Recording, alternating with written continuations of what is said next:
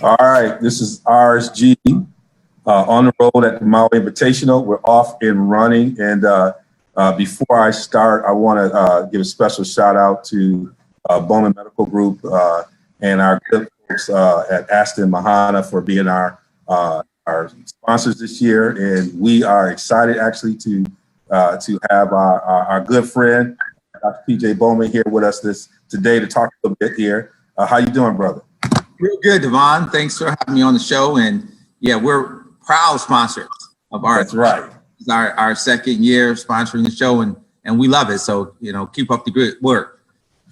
Well, hey, man, it's great. And, what's great about this platform is that in addition to covering the games, we want to talk about the state of college sports. And as I was thinking about the people who could provide perspective on some of the issues that we're trying to understand in the world of intercollegiate athletics, I thought, you would be a great person given your background as a student athlete, but I think also in your own work, your current work as a psychiatrist, and your working with different community and being in a space, you bring a unique perspective to it all. But before we go, I think it's important for us as one of our premier sponsors to have people learn a little bit more about your practice, what you do there in Beverly Hills in California. So can you give me a little bit of background on how you got to the company and what's happening in your practice?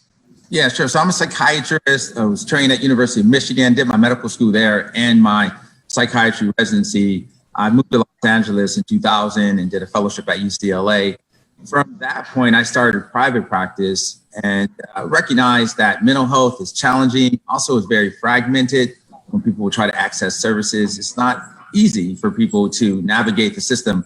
So that encouraged me to start a group. And over the last 16 years or so, I've been building a psychiatric private practice group that involves other psychiatrists. So I have two other psychiatrists that work with me. One's a child and adolescent psychiatrist, which is very important because I believe services should be offered earlier in life and not just in adulthood. We also have PAs who are physician's assistants, nurse practitioners. And the point there is making sure we have people need services, they can get services quickly. And then in addition, with psychiatry, there's a medical model, which is important, but there's also psychotherapy. And we have many psychotherapists that work with us, and we offer counseling, individual counseling, family counseling, couples counseling. So we try to offer comprehensive services to the Los Angeles area. Well, thank you again, man. I appreciate it. It's been good to kind of watch you grow and build and be in a position to help a lot of people. One of the things was interesting. We just came back from the pre-tournament press conference with the coaches, and as you may know, Cancer Winston, his brother died. In Michigan State, program, obviously his brother was very close to players there, there in the summers connecting. And, when young people like that experience a death, I was talking to Coach about, what is it about his culture that can kind of help bridge this, particularly, it's hard anytime, but, when this is a team that's number one in the country, a lot, but these are still young people. When you see something like that happen, I know you had some teammates who you played with who the 30 for 30 on Ben Wilson and, people like Nick Anderson and some of those guys who grew up with him and then went on to play with you with the Flying Illini. That was still something they carried with them that impacted who they were as young people. What kind of things do you advise in those situations when you're trying to help people navigate these kind of difficult waters at the same time they're trying to compete for something? Yeah, it's hard on many levels when there's loss of life. That's very, very difficult to cope with and to handle. And younger, you obviously don't have the clear guidance on coping strategies, and you don't quite have the maturity level to put it all in perspective. If it's a tragedy, oftentimes young people die of things that are preventable or things that could have potentially handled directly, could have not ended in that particular kind of way. So when I was at University of Illinois, two teammates, Irvin Spall and Nick Anderson, played basketball at Simeon High School with Ben Wilson. And I remember them sharing stories about Ben, talking about him all the time.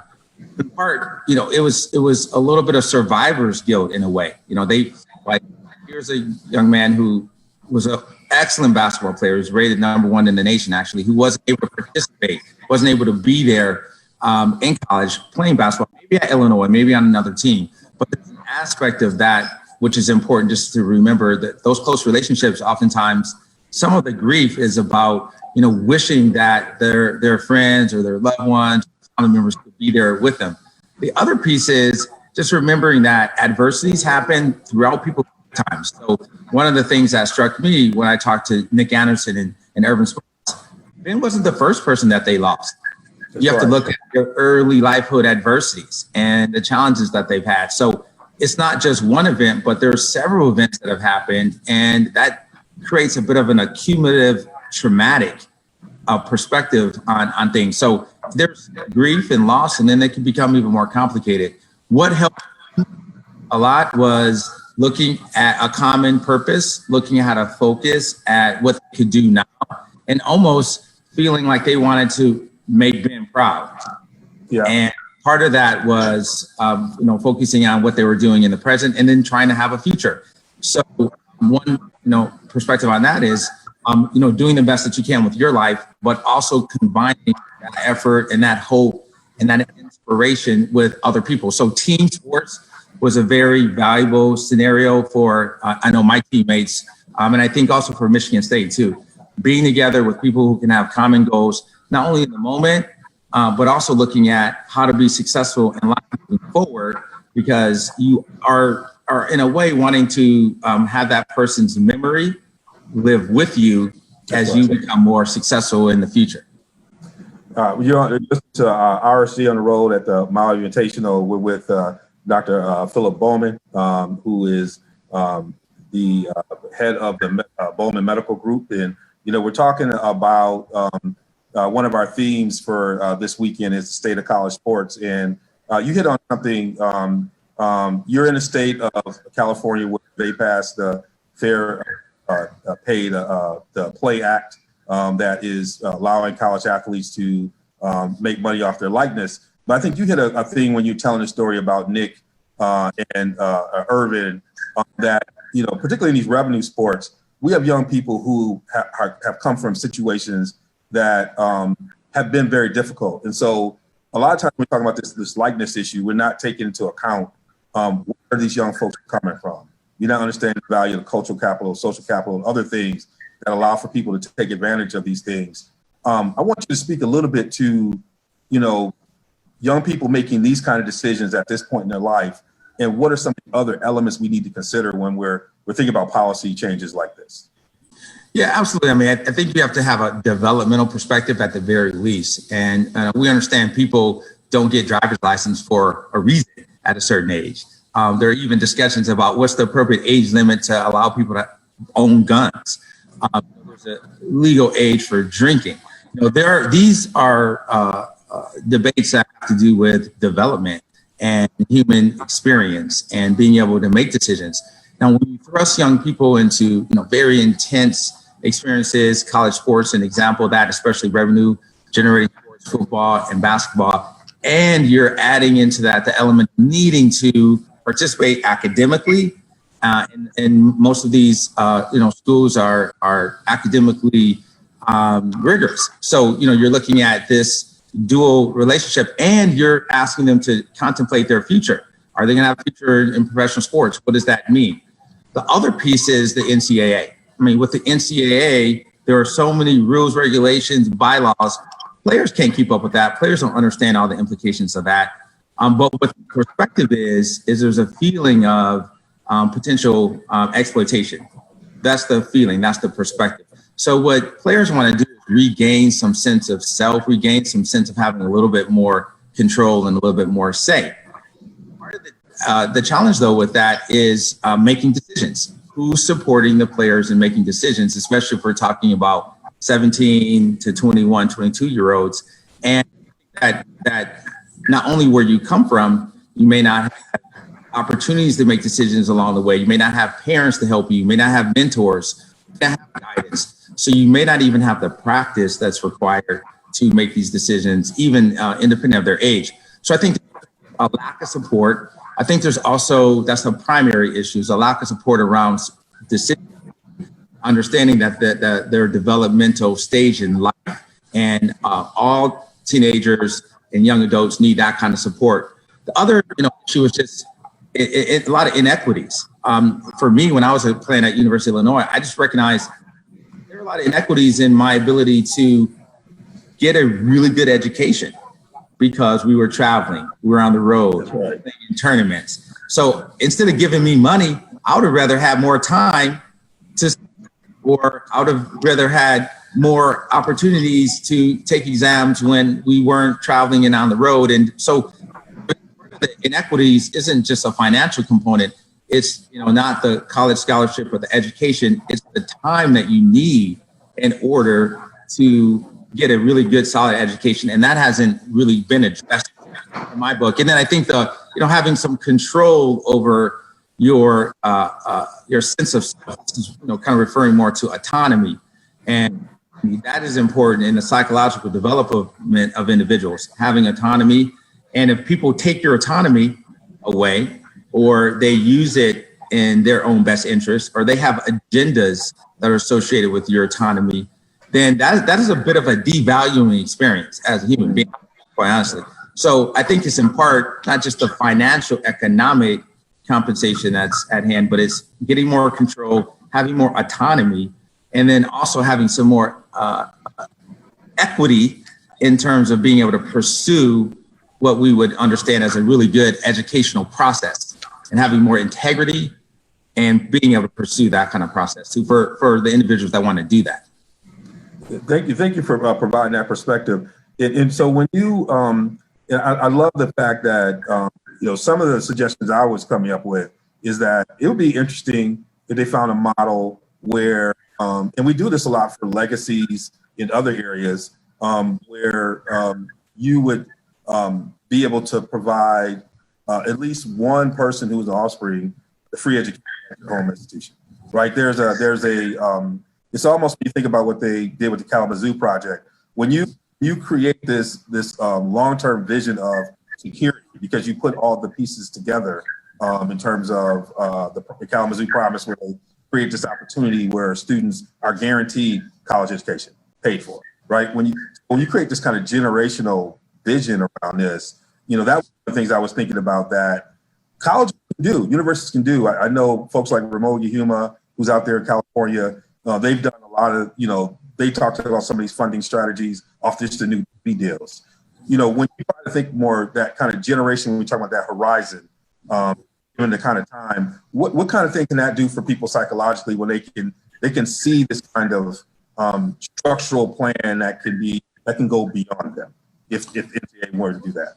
Yeah, no, I think that's where it comes down to is are you really investing in me? Yeah. Okay. Either you are or you aren't. And if you're investing in me in an effort to have success, an effort to be an effective person in life, then there are certain steps that go along with that. And those steps, are having adequate academic support, adequate mentoring, and adequate time, right, to do certain kinds of things that are really in alignment with being successful and being effective. But you can lay that kind of plan out. It would be no different than a corporation saying what's their 5-year business plan, and they want me to invest money in it. Okay, right. I'll invest money, but you got to give me a 5-year plan. Okay, and as an individual, that's the type of investment that they need, and there should be a plan. There should be parameters. There should be a time frame. It's not just about some free education. It's about actually investing in an individual. Strategies that are in alignment with who that person is. So there needs to be some, individuality, and then also what some of their future aspirations are. You can't treat everybody the same. Otherwise, it's devaluing the process in a way, and it's just adding some structure in hopes that it, to me, camouflages the fact that it's an uneven, imbalanced system, and institutions and the NCAA are the stakeholders that get more out of this investment than the players.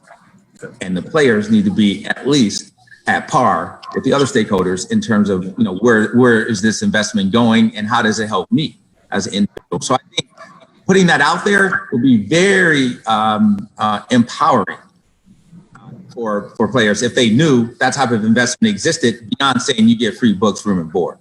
That's right. That's not that empowering. That's not empowering when, there's a lot of other folks getting those same kind of treatment, but not Exactly. money.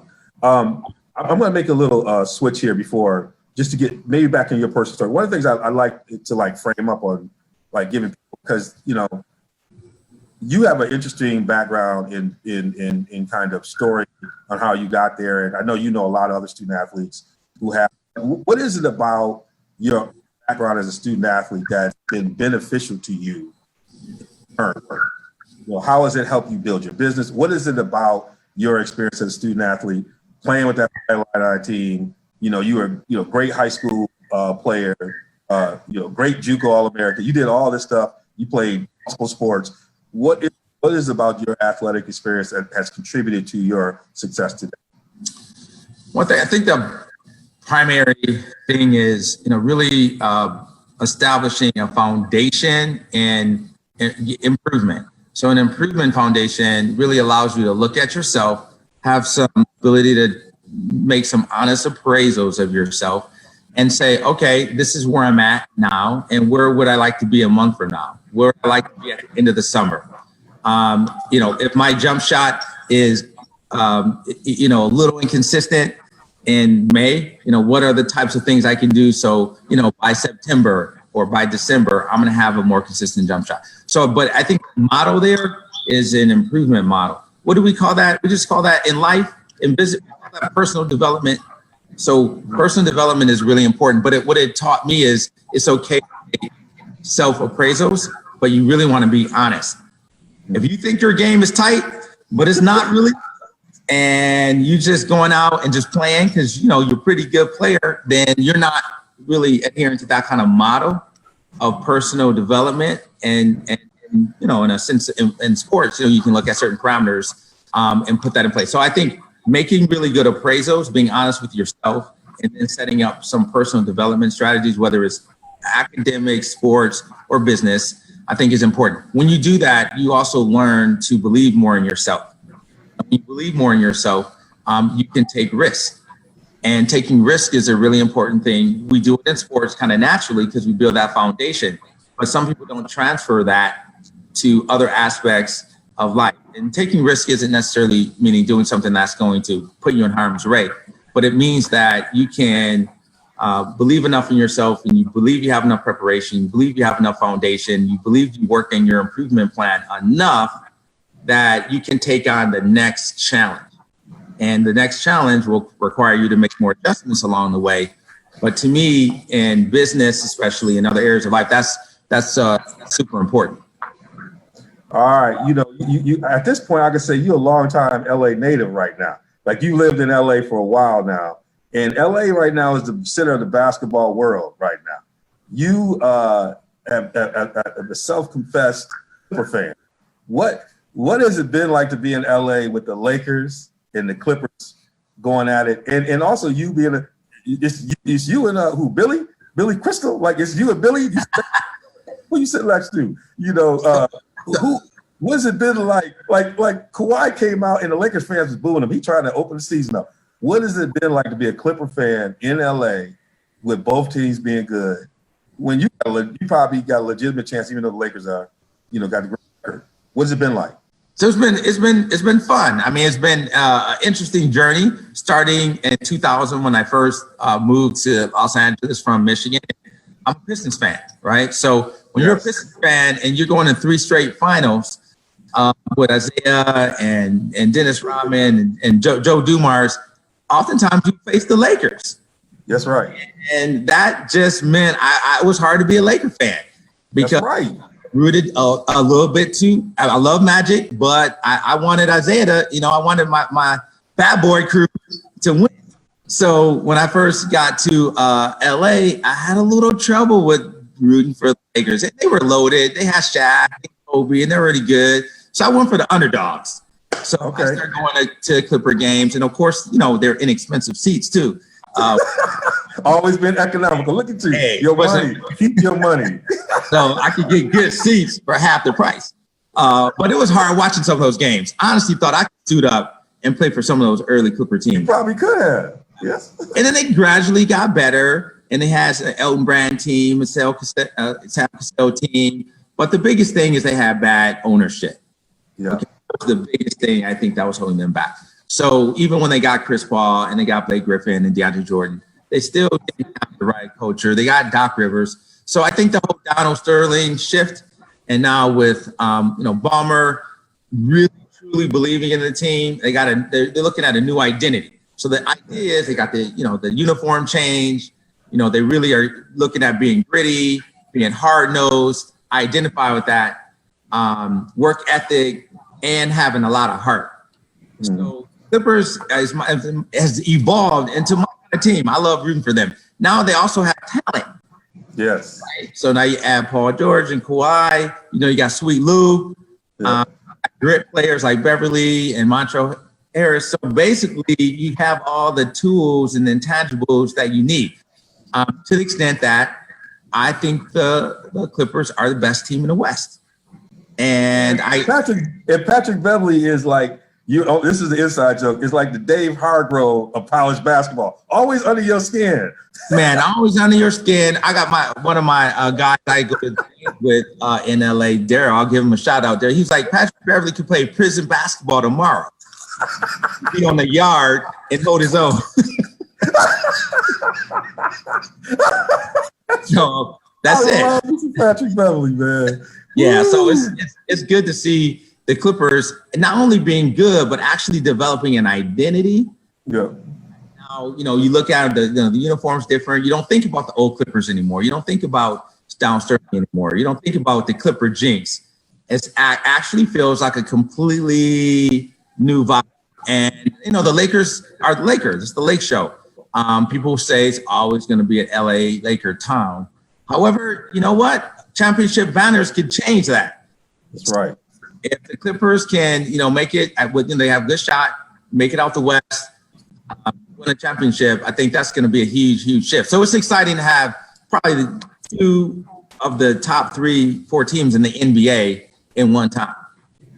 Well, hey, man, I want to say this. What I've always appreciated about you, there are times you probably thought I was a little crazy, but for you to be on this ride with me early on and kind of believe a little bit in the vision we're trying to put together here. Great people over there. Lydia's gonna say hi to Lydia in the group over there for just being supportive throughout this, and also being supportive of my daughter when she had a chance to come shadow with y'all. Y'all just got a great operation. I want to make sure people, if you are in LA, you want to connect, want to get support, the Bowman Medical Group is first rate, brother. I want to thank you for being on here. We'll have you back on the show soon, brother. Absolutely, Devon. Thanks a lot, man. Have a good time in Hawaii. All right, man. Safe travel. All right, take care.